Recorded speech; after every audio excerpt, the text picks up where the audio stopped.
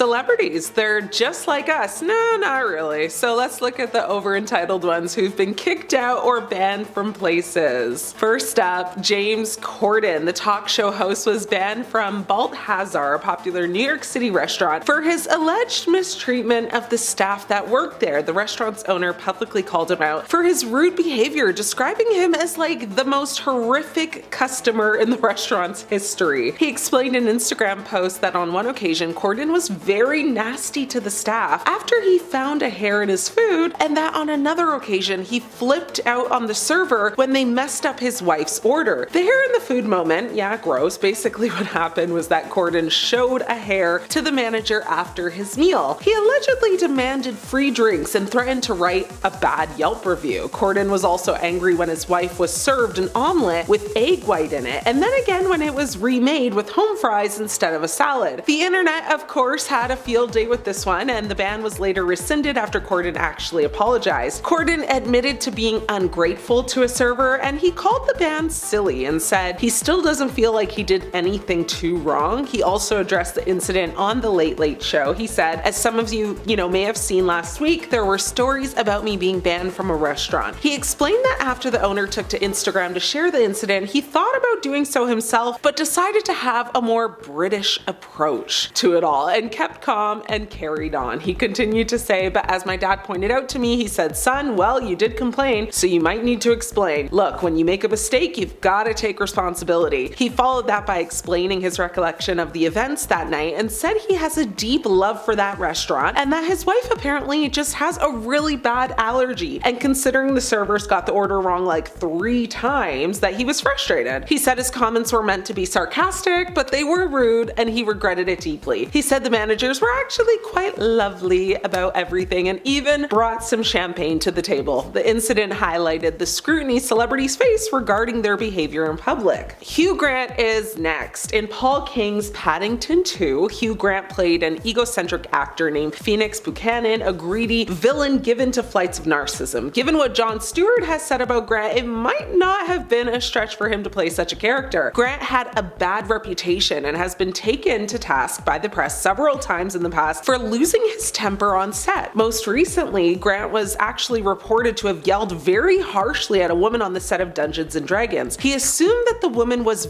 a visiting executive, and he was infuriated by her demands. As it turns out, the woman was an on-set chaperone for one of the film's child actors and certainly didn't deserve the attack. Now, back in 2012, however, Grant already recognized this about himself. In a 2015 interview with Vanity Fair, he admitted to throwing a tantrum backstage on The Daily Show right in front of the host Jon Stewart. He confessed saying, I did have a tantrum backstage about once a year. I have a really mega tantrum. And sadly, he witnessed one. In between tantrums, Grant seems to be decent, but he also regularly appears to be in a position where he becomes inexclusively, angry and makes unreasonable demands, of his coworkers. Of course, this was after Stewart had already called the actor out while being interviewed by Stephen Colbert live on stage at the Wellmont Theater in New Jersey. Now, according to the Daily Show host, Grant was like the worst guest he had ever had on his series, and that included some of the political monsters and dictators that he has,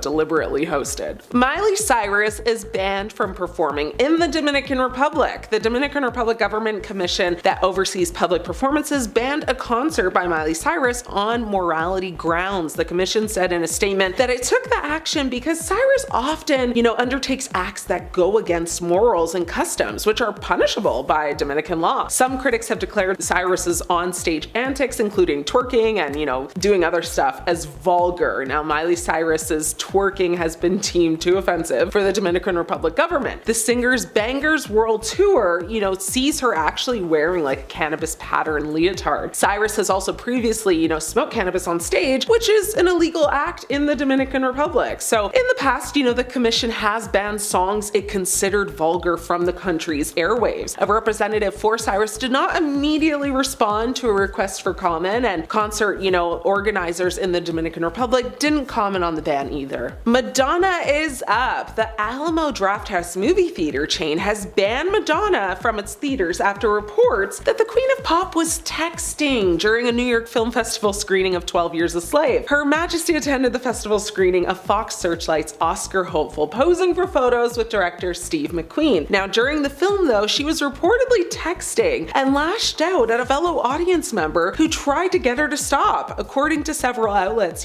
film critic Charles Taylor shared the following story from an audience member at that screening. It said, "Tonight at the New York Film Festival premiere of 12 Years a Slave, I sat behind the unholy trifecta of Jason Ritter, Jay Alexander from America's Next Top Model, and Michael K. Williams from The Wire. Plus, a very mysterious blonde in black laced gloves who wouldn't stop texting on her BlackBerry throughout the first half of the movie. Eventually, a woman next to me tapped her on the shoulder and told her to put her phone away. The blonde hissed back, 'It's for business, enslavers.' I turned to the shoulder tapper and loudly said, 'Thanks,' and gave her a thumbs up. The rest of the movie, I kept thinking about how I wanted to tell the blonde what a disgrace she was. During the standing ovation, the blonde ducked out and Jason Ritter turned around to make commiserating eye contact as Jay Alexander asked, 'Who was that?' Jason then looked down at the floor. His eyes got wide and he picked up an envelope and it showed it to us, Jay, and it said 2 screening tickets, Madonna. And sure enough, we looked to the side of the theater and standing against the wall in black lace gloves was Madonna, the worst person in America. The Draft House chain has had a strict no talking and no texting policy and will eject, people who violate it. So when founder and CEO Tim Lee read reports of Madonna's behavior, he tweeted a tweet that said, "Until she apologizes to movie fans, Madonna is banned from watching movies here." Now, it's unclear if Madonna ever apologized, but honestly, I doubt she cares. Last on my list, I got Janet Jackson, sister to late Michael, and queen of not apologizing. Janet Jackson says she was disinvited from the 2004 Grammys after her wardrobe malfunction scandal with Justin Timberlake at their Super Bowl halftime show that same year. In her documentary titled Janet, the singer reveals she was asked not to come back to the Grammy Awards after Timberlake accidentally stripped her during a Super Bowl performance. Now, on February 1st, 2004, a wardrobe malfunction occurred on stage at the annual NFL Championship. It might have seemed innocent enough, but the infamous moment had devastating consequences on Jackson's career. Jackson was on stage performing, a medley of her hits when fellow pop star Timberlake made a surprise appearance to perform a duet. The pair sang Timberlake's hit Rock Your Body when, at the final line of the song, the former NSYNC member actually pulled off a part of Jackson's costume. Timberlake was supposed to pull away the bustier to reveal a red lace bra. Instead, the garment malfunctioned and the singer exposed Jackson's bare chest instead. Now, the Together Again singer's chest was broadcast to the world with only a small shield to cover her modesty. It was shown for less than 1 second before CBS cut the shot. Though it was, mere milliseconds, Jackson's, partial nudity triggered a wave of outrage across conservative America. It was aired to an audience of around 150 million viewers around the world, and the Federal Communications Commission received more than 500,000 complaints about the performance. The public pearl clutching over Jackson's chest would almost end her career. Janet's ex-boyfriend at the time, Jermaine Dupri, also added, that he quit his role as a member of the Grammys board, after he learned of the injustice. Janet and Dupri actually dated from 2002 to 2009, and he said, "I felt like they were disrespectful to Janet and I resigned at that point." Previously, the Huffington Post reported that Timberlake was allowed to perform after he tearfully apologized for the incident. The CBS chief executive, according to sources, was furious that Jackson didn't make an apology to him. Consequently, Jackson's music career began to suffer. Her songs and music videos were blacklisted from MTV and CBS as per the instruction of parent company Viacom. Now, the cultural impact of Jackson and Timberlake's performance was monumental. The inventors of YouTube even credited the incident, as one of the reasons they launched the platform. The moment also triggered a years-long debate and culture war about, misogyny and the unfair treatment of Jackson. Some celebrities just let fame get to their heads and then no one wants to work with them anymore. Now, this has happened to so many celebs. There's always been rumors that Lea Michele was hard to work with on the set of Glee. But they were really confirmed in 2020 when fellow co-stars called her out for being mistreated by her. It appears that a lot of the main cast don't even speak to Lea anymore. Now, later that year, Heather Morris spoke out about Lea, saying, "Was she unpleasant to work with? Very much so. For Lea to treat others with the disrespect that she did for as long as she she did, I believe that she should be called out, and yet it's also on us, because to allow it to go on for so long without speaking out is something we're learning along with the rest of society. Then in 2021 she revealed, we absolutely could have stepped up and gone to the Fox execs and said how we felt about the situation, but no one did. I think many people were very scared, and I know genuinely I felt like it wasn't my place, and I don't know why because I was a cast member, she said. Now Heather then added that the only person honest about Leah's attitude on Glee was the late Naya Riviera. In Naya's 2016 memoir, she claimed that their relationship started to break down because her character began getting bigger plot lines and more screen time. Naya said, I think Leah didn't like sharing the spotlight, which isn't that surprising.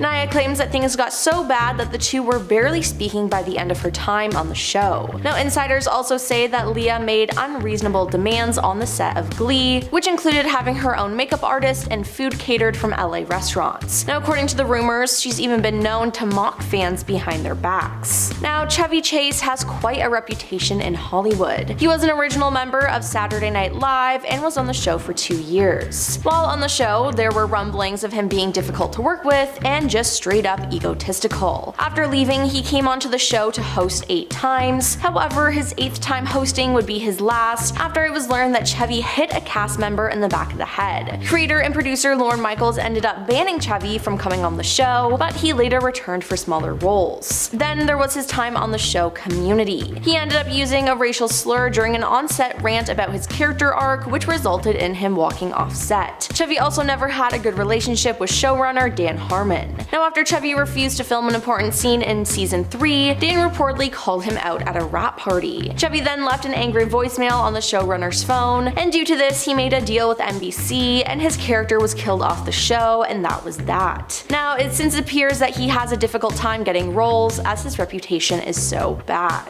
Although Marlon Brando was a Hollywood legend starting in countless iconic films, the more successful he got in his career, the harder it was to work with him. I mean, The Island of Dr. Moreau is famously one of the most chaotic films ever made, both in terms of the movie itself, but also the shooting process. Now part of this was due to the behavior of Marlon, who would mostly just stay in his trailer, quote, eating copious amounts of pizza and not opening the door to anyone. When he did come out to shoot some scenes, however, he insisted on doing things his way, which included him wearing all white face paint, wearing a dress, and having an ice bucket strapped to the top of his head. Now he also got very attached to actor Nelson De La Rosa, one of the shortest men of the last 2 centuries, measuring under 28 inches tall. Now speaking about Marlon just doing whatever he wanted, director John Frankenheimer said, Brando absolutely fell in love with this guy. He put him on his chest in the hammock and sang Frog 1 accounting to him. There was 90 minutes of that. This is all I can persuade Brando to do. In general though, he often refused to memorize his lines and would force the actors to wear cue cards to help him with his lines. Now this is absolutely crazy that people would even put up with this. Now Alec Baldwin has quite a temper, which has led to many outbursts and people not wanting to work with him. There were a lot of reports during the show 30s Rock that Alec was often late and held up production. He used to yell at the crew and cast, and had a habit to complain about ridiculous things like the air being too dry. Cheyenne Jackson, who was working with him on 30 Rock, once said, what I learned from him was really good comedic timing and don't get in his light. Now from getting in fights with the paparazzi and cast members, a lot of people won't hire him, especially after what happened on the Rust movie set. Now in 2007, a voicemail that he left for his young daughter was leaked where he was yelling at her and called her a rude, thoughtless little pig for not answering a scheduled phone call, and said she had humiliated him for the last time.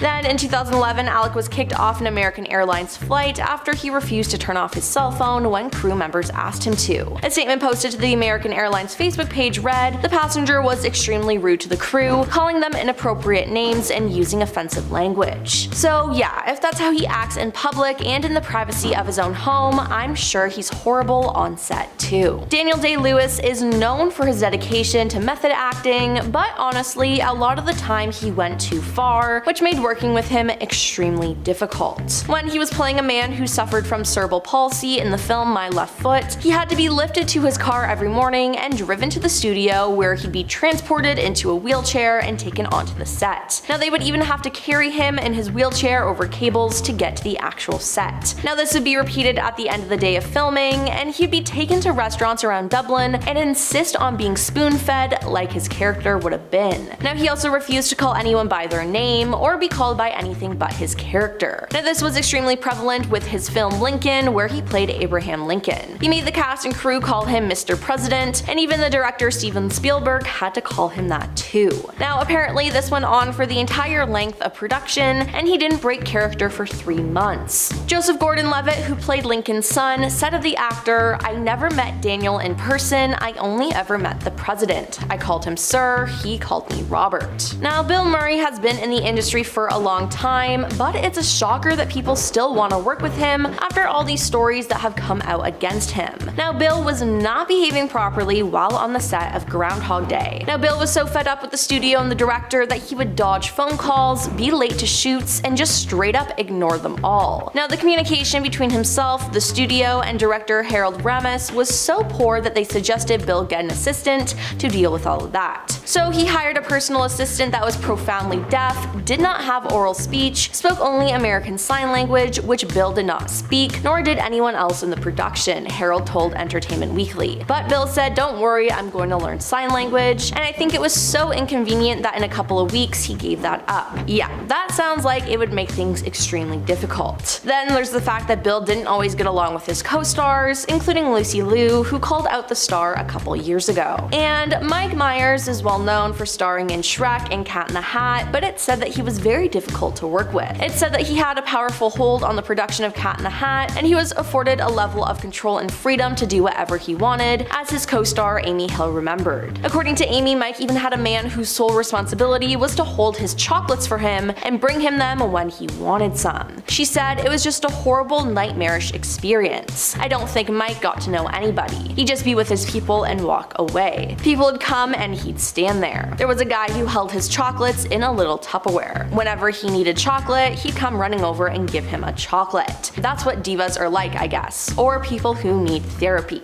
she said. That sounds absolutely crazy, and it's been said that Mike feels the need to have control over everything on set, which makes it difficult for people to do their jobs. Now, Kim Kardashian lies all the time. It's actually insane. Now, it turns out that her first lie really launched her career, as she denied that there was a scandalous tape of her and her then boyfriend, Ray J. But in 2007, the tape was released, and Kim sued Vivid Entertainment for ownership of the tape. In late April 2007, Kim dropped the suit and settled for $5 million, and the blame was put on Ray J for releasing the video. But after all these years, Ray J maintains his innocence, saying that Kim and her mother Kris Jenner leaked the tape on purpose. Then there's the fact that Kim photoshops every single one of her photos, even though people continuously call her out. In January 2022, Kim posted pictures from her Skims swim collection photo shoot, only for fans to immediately notice that her leg appeared warped and featured a curve behind her knee. "Kim, what happened to your leg?" one fan commented. Now, the reality star was quick to delete and repost the photo without the error, but her followers were quick to take screenshots of the mishap. Then in August 2022, Kim prompted her collaboration with Beats by Dre, but fans noticed she edited out her trap muscles. Now, Kim even photoshops photos of her daughters and nieces and nephews and lies about it. It's just so weird. And one of Kim's most infamous lies had to do with her husband Kanye West and Taylor Swift when it came to the song Famous. Now, in February 2016, Kanye released his song Famous, which included the lyrics, "I feel like me and Taylor might still have sex, why I made that be famous." Now, following the backlash, the rapper took to Twitter, claiming that he had gotten permission from Taylor to name drop her following an hour-long phone conversation with the star. Then, in June that year, Kim said she totally approved that, and in July, Kim released video footage of Kanye and Taylor on the phone discussing the song. Now, Taylor had no idea she was being recorded, but she did approve the lyric, "I feel like me and Taylor might still have sex." Then, the internet turned on Taylor, with Kim encouraging it, with people calling Taylor a snake. But it is important for me to note that Taylor did not know or approve the lyrics, "I made that that be famous, which is the line she had a problem with. Now Taylor posted a statement saying, "Where's the video of Kanye telling me he was going to call me that B in his song? It doesn't exist because it never happened." Now fast forward to 2020, the full unedited version of the Taylor-Kanye phone call came out, proving that Taylor never lied. She never approved the lyric, "I made that be famous," like she said all along.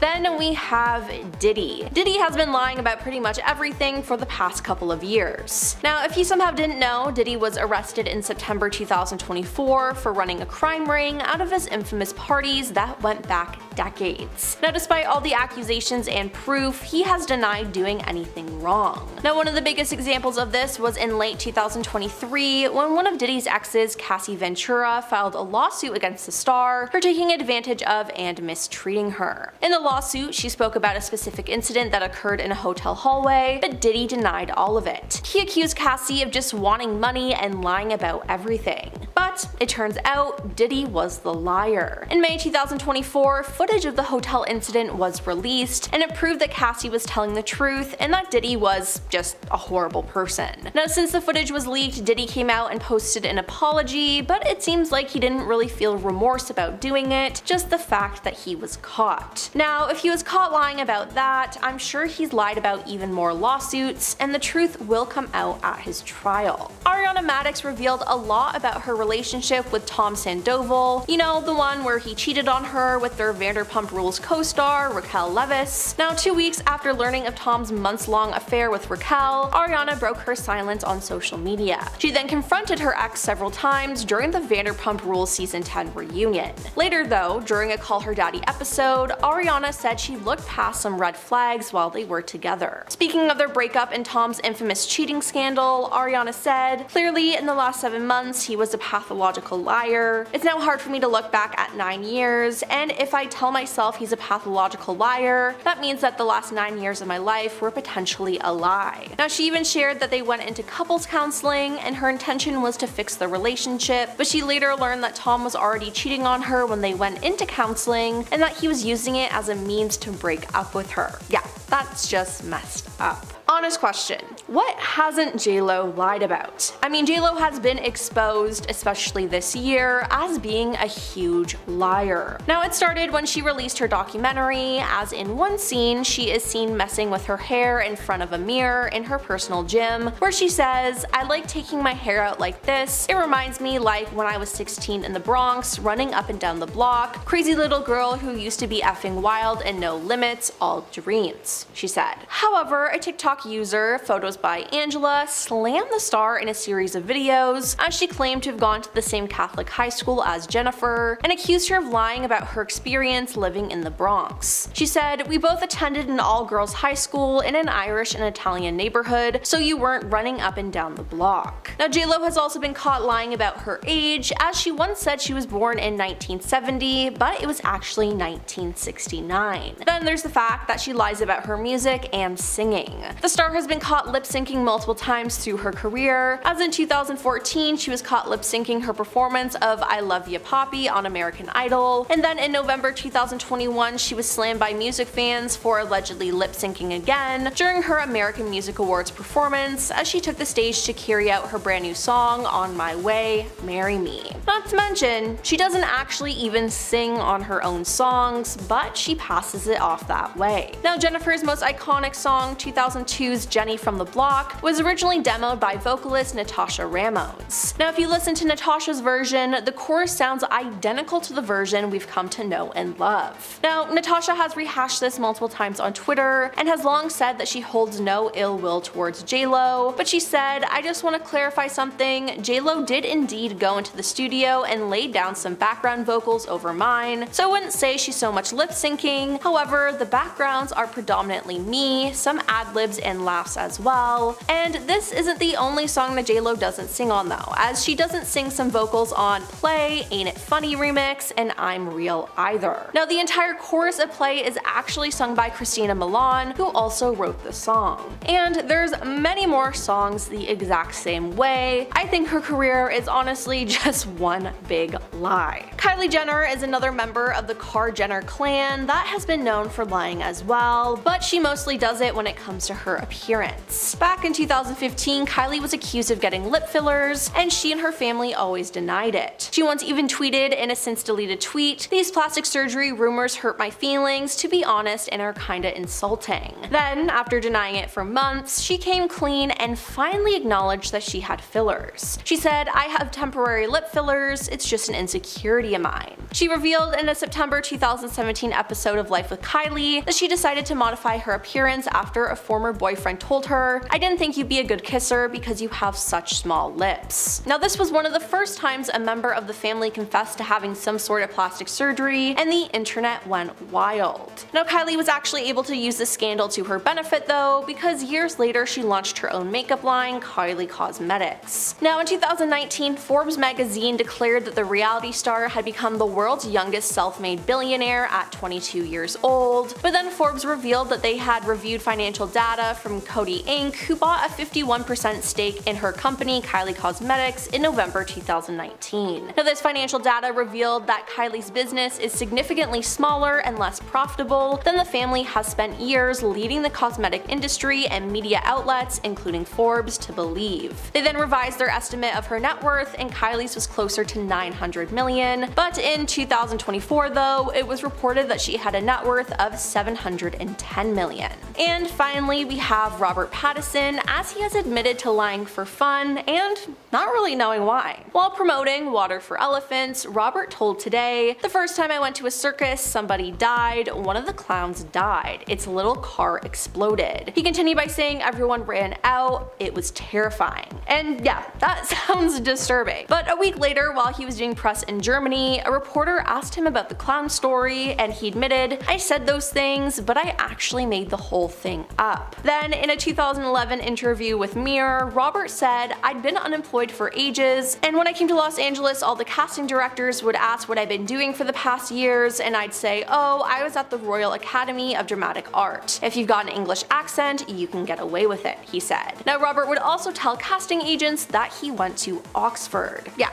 but in 2022, he told GQ that he occasionally makes up interview answers just so he has something to say, so I guess don't believe everything he has to say. Mariah Carey's former nanny, Simonette DaCosta, exposed all of her dirty laundry. She claimed that Mariah was extremely demanding and would often call her in the middle of the night to attend to her twins, Morocco and Monroe, with whom she shares with ex-husband Nick Cannon. In January of 2015, the singer's former nanny actually filed a lawsuit in New York District Court against the couple, claiming that the former couple neglected to compensate the nanny for overtime. Now, DaCosta sued for unpaid overtime wages, premium wages, liquidated damages, and attorney fees. Now, a representative for Mariah Carey actually told ABC News at the time that they don't comment on frivolous lawsuits. The lawsuit alleged that DaCosta cared for the twins from October 2013 till late January 2014. She was paid between about $3,000 and $3,600 twice a month. The suit claims she even traveled with Carey on international trips to take care of the children. During that time, DaCosta states that she worked more than 100 hours per week on a regular basis. She also claimed that she received no sleep or meal breaks and was on call basically like 24 hours a day. The suit also stated that Miss Carey terminated DaCosta after berating her for exhibiting too much affection towards her children. Mariah Carey would allegedly call with demands at all hours in the middle of the night and demand to be taken to her children or to be updated as to the status of her children. She also said Miss Carey would not tolerate any delay and would get really upset if even anything was delayed by like a single minute. Apparently, the ex-nanny settled the lawsuit against her former boss in June of 2015 for an undisclosed amount. The lawsuit also says that she's not the only worker that Carey and Cannon stiffed. The complaint reads, "There are numerous similarly situated current and former employees of Miss Carey and Mr. Cannon who were subjected to the aforementioned policy." Carey has actually admitted to having a hard time keeping nannies, and in 2014, she actually spoke about her struggle with Power 105.1's The Breakfast Club. In the interview, she said, "I'm very hands-on. I fire nannies like this," snapping her fingers, "and I hate doing it, but I have to because if they try to make themselves more important in the baby's mind than me, it's a problem." Nick also confirmed that the singer fired their children's, minders every other week. week, basically. He explained it saying, it's something about a woman and her children, the minute the child chooses to go to the nanny before they go to the mom, I would have an issue with that myself. Everything's on a trial basis. It's just like, hey, we're gonna see how this works out, and we're always traveling, so the nanny might not get a plane ticket to the next city. That's really harsh, but you know what? I guess that's show business for you. John and Kate Gosselin are next. Remember TLC show John and Kate Plus 8? Well, if you don't, in a nutshell, John and Kate had 8 kids, which was interesting enough for them to land their own show on the network TLC. With 8 kids, one would definitely assume they had a nanny or 2. One of their nannies in particular, Stephanie Santoro, came forward to say that she and John allegedly had an affair, calling, the father of 8 very romantic. This wasn't actually the first time it was alleged that John had an affair while with Kate, but this was the first time a nanny came out to claim it. Though John has denied being romantically involved with her, Santoro told In Touch Weekly that, their fling began when John asked her to come over one night during her 1-month employment as, the Gosselin nanny. And at the Gosselin home, John asked Santoro to give him a massage, then proceeded to reciprocate. While they were sitting there, Santoro said John told her, well, I guess we can kiss just once. She said he later told her, whatever you do, don't fall in love with me because it's going to be impossible for me not to fall in love with you. Excuse me while I cringe for a moment. Now, the pair made their way into the hot tub, and Santoro said she was afraid that, one of the kids was just gonna pop their heads out, but he told her to relax. Santoro said at one point he got out of the tub, went into the house to make sure the kids were all asleep. Now, that's when they actually moved to the apartment over, the garage, where Santoro said they continued whatever they were doing in the hot tub. And then he fell asleep afterward, reportedly. Now, John's reported romance affairs have been scrutinized by the tabloids since his split with Kate, while Kate spent much time spilling her heart out about the couple's problems. John was exploring the party scene. He was photographed on yachts, living it up as his marriage, basically fell apart. And in a People magazine article, Kate jokingly blamed an alien abduction for John's transformation from, a computer technician into basically a rock and roll jet setter. John told ABC News' Chris Como in an exclusive interview at the time that the headlines have been unfair. Magazine cover stories bashing him and praising Kate. He said, we're both off base and basically besides the point. He also made a point to say, I would say, let's finish what we gotta finish and move on with our lives and stop feeding into the frenzy. Santoro, the nanny, she spilled so much more though. She actually exposed how much they make an episode, to which he said to her that they made about $75,000 an episode. That's a lot. Now, she also spilled the tea on John's plans to slow everything down in order to fight Kate for more money during their divorce proceedings as well as actually fight for custody of the kids. Now, Santoro also said that in her opinion, all of this is about money and John's ultimate goal is to obtain the most amount of money possible, calling him money hungry. Now, the tea got hotter the more she spilled it though, because she also said John had admitted to taking illegal substances and recalled a time that herself and a friend went over to John's house and he was allegedly acting really weird.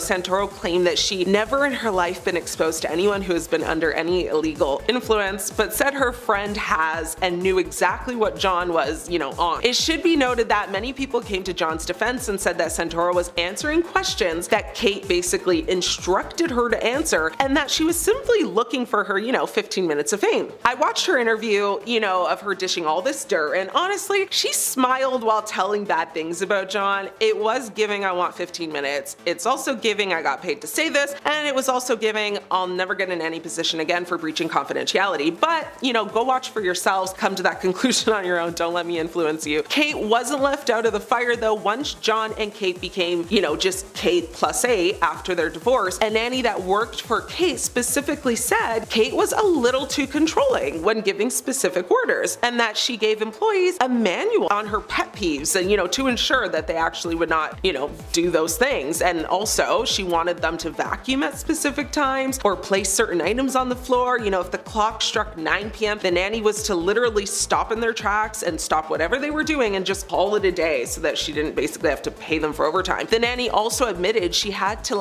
eavesdrop on the kids' conversation with their father John. The children's provider actually decided to stop working for Kate when she witnessed Kate punishing her son in front of her other children in a manner that was really uncomfortable to watch. We have a double celebrity whammy: Katie Lowes and Connie Britton. Katie Lowes, who you may know from ABC's hit show Scandal, where she plays Quinn Perkins, actually worked as a nanny for Connie Britton's son Eob before scoring her big role. Connie, you actually may know her from the show Nashville or Friday Night Lights. Before Katie made it really big in Hollywood, she actually worked numerous odd jobs to pay the bills, and one being a nanny. And when speaking to Jimmy Kimmel in October 2013, Lowes revealed that she had worked as a nanny to one celebrity who had a very unique way of parenting. She didn't disclose who it was, but Lowes told Kimmel that one anonymous celebrity parent refused to put their children in diapers, saying if the baby would start to make a face of frustration, what you would have to do is quickly remove the onesie, rush to the toilet, and hold the baby over the toilet. As crazy as that might have sounded, Lowes was able to laugh, at the absurdity of the situation in hindsight. Although Lowes did keep the identity of that celeb a secret, fans did put two and two together when Connie Britton actually spoke to E! News and admitted that Lowes was the nanny to her son. Apparently, Lowes was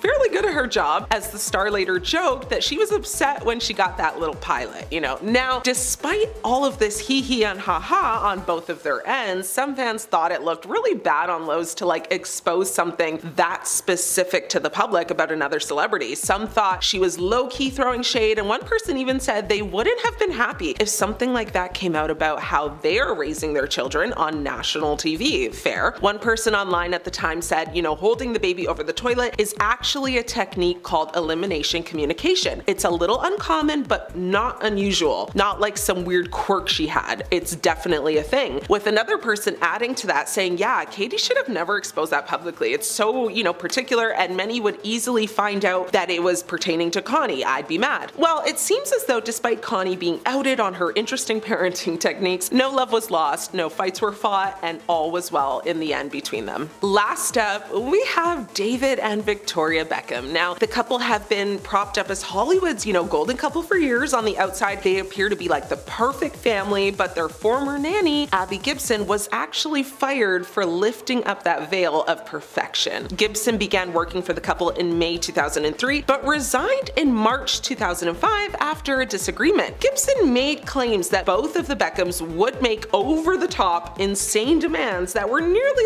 impossible to meet, which left her feeling like she was never doing her job properly. But that was just the start of the problems, because in a 7-page 2005 report, Gibson revealed that the couple had ongoing, intense arguments. According to Gibson, the seemingly very happy couple would have arguments literally all the time. The arguments were nothing new for Gibson, but there was a particular morning when she claimed she heard David call Victoria a really bad few words, which I won't say, but I will just say, at the time, Victoria was 7 months pregnant with their son Cruz. Now, the next day, after David left for work, Victoria allegedly revealed to Gibson that she didn't know what to do with their marriage. He was on about splitting up, and she pleaded for him to just wait until their third baby was born. Gibson actually claimed Victoria was deeply insecure about being pregnant and constantly compared her looks to younger women. One night she told Gibson, allegedly, "I feel fat and I feel like crap." What is, there to stop him from going out and finding someone who has more in the way of looks? She said Victoria had tearfully confided in her while also saying, "I don't know if he loves me still."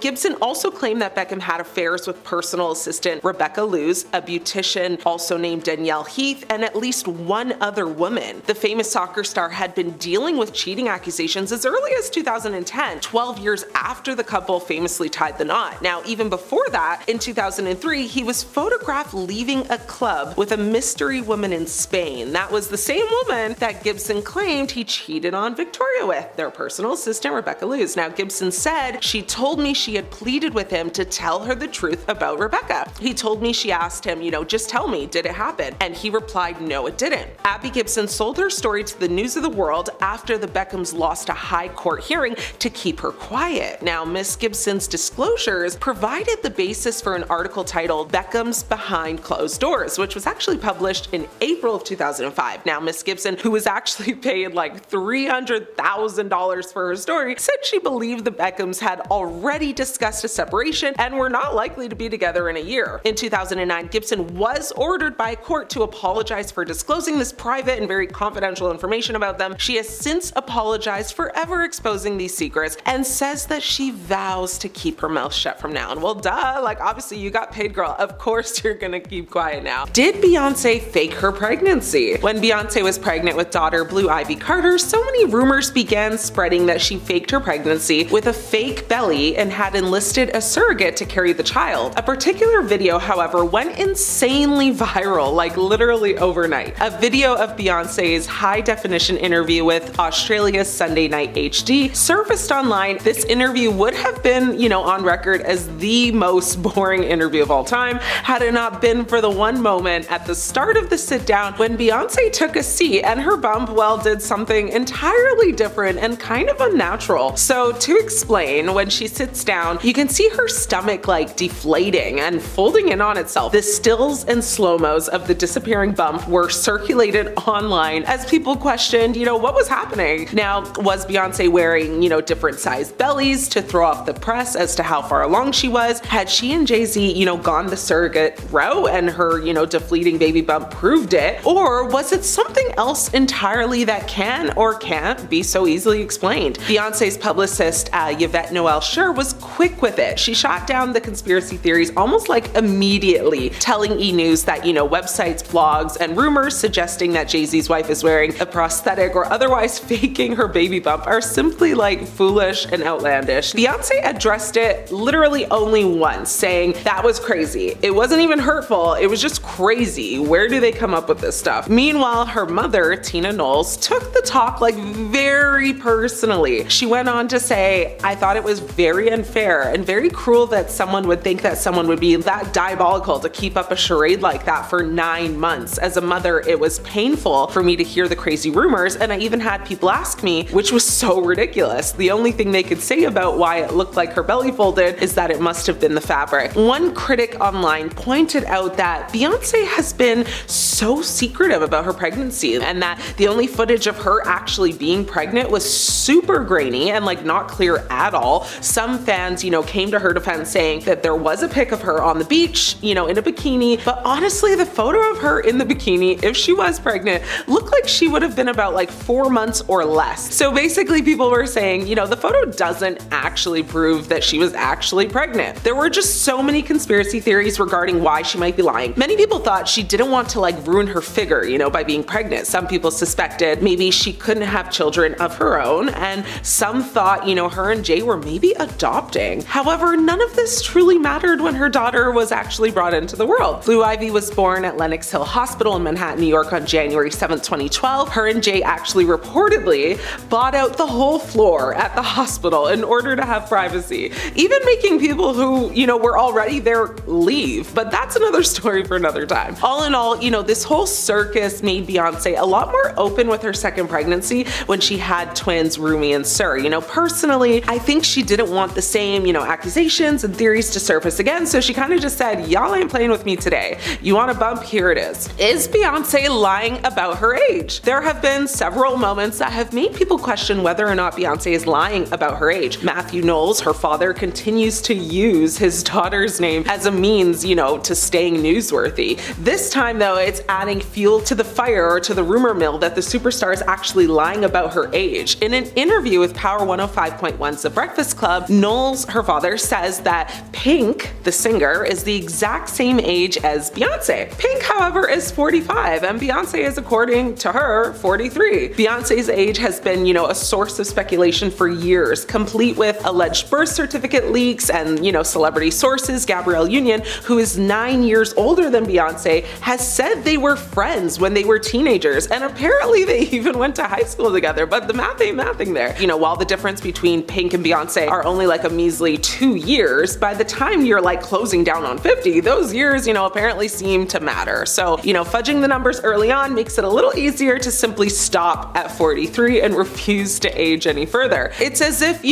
as a performer, you were to reach 50, you'd stop being considered for parts or shows, which, let's be honest, that isn't actually true in today's day and age, because just look at Jennifer Lopez. Like, she's in her 50s, she's still performing, headlining, you know what I mean? Or the other worry I would imagine most women up in age stage would be concerned about would be whether you'd be vilified for like gallivanting in a leotard or like a bodysuit, like a one piece, whatever scandalous type of outfit you might have worn in your 20s. Basically, for being confident about your body. Taylor Swift does it, it's, girl power, but if Madonna does it, it's like supposed to be shameful, So at least that's how society wants us all to view it. Beyonce has lied many times about writing her own music. Beyonce has claimed to be, the creative vision and songwriter behind some of her most successful songs, and there was no room for argument, that she was one of the most talented singer-songwriters to be a part of the music industry, and still is. But when rumors began to swirl that there were holes in the stories Beyonce told about writing her music, fans were shocked. They wondered if Beyonce truly did write all the songs she claimed to, or if she was fabricating. Now, there have been several times when songwriters or celebrities have had negative things to say and called Beyonce out in the press for taking credit for being the creative force behind her songs that have become hits. This is not to say, that the Run the World singer does not put her own spin vocally on tracks to take them places other artists could not, all while having an insane work ethic, but taking full credit for something that there was clearly a collaboration on led fans to do some digging. And when they did, they found several times when Beyonce claimed to be the sole writer or had the inspiration for a song, when that was clearly false. One person on Reddit actually rounded up like a number of examples, which include Emotions, which is actually a Bee Gees cover, Survivor, with the actual songwriter sued and settled out of court, Bow Down, which was allegedly written for Rihanna, Bootylicious, the demo was apparently near complete when, it got to Destiny's Child, and one of Beyonce's biggest songs, Irreplaceable, which apparently was actually written by Neo. Now, what's funny about that one is that Beyonce went on to say, "I'm sure people think I wrote it about Jay-Z or something, but the obvious person is not the person at all." Several years later, though, Neo claimed to have penned the song himself. Had he not thought the song was too misogynistic, he explained he would have actually kept it for himself. He said, "That song taught me a very interesting lesson. Many women don't think that differently. However, a man singing it comes across a little mean." So,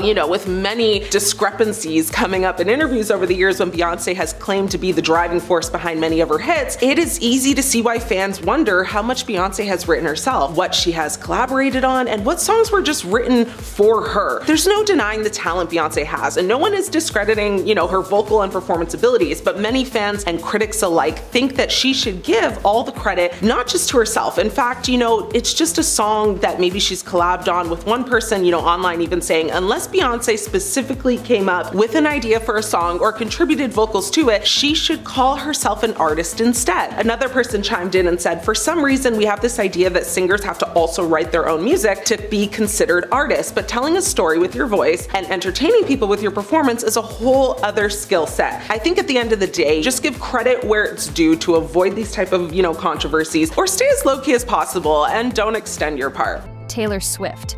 Imagine the biggest pop star of all time making a mistake. How fast people would turn on her and try to cancel her. Taylor Swift has been accused of exhibiting entitled behavior. Here are a few reasons why. Public feuds and perceived victimhood.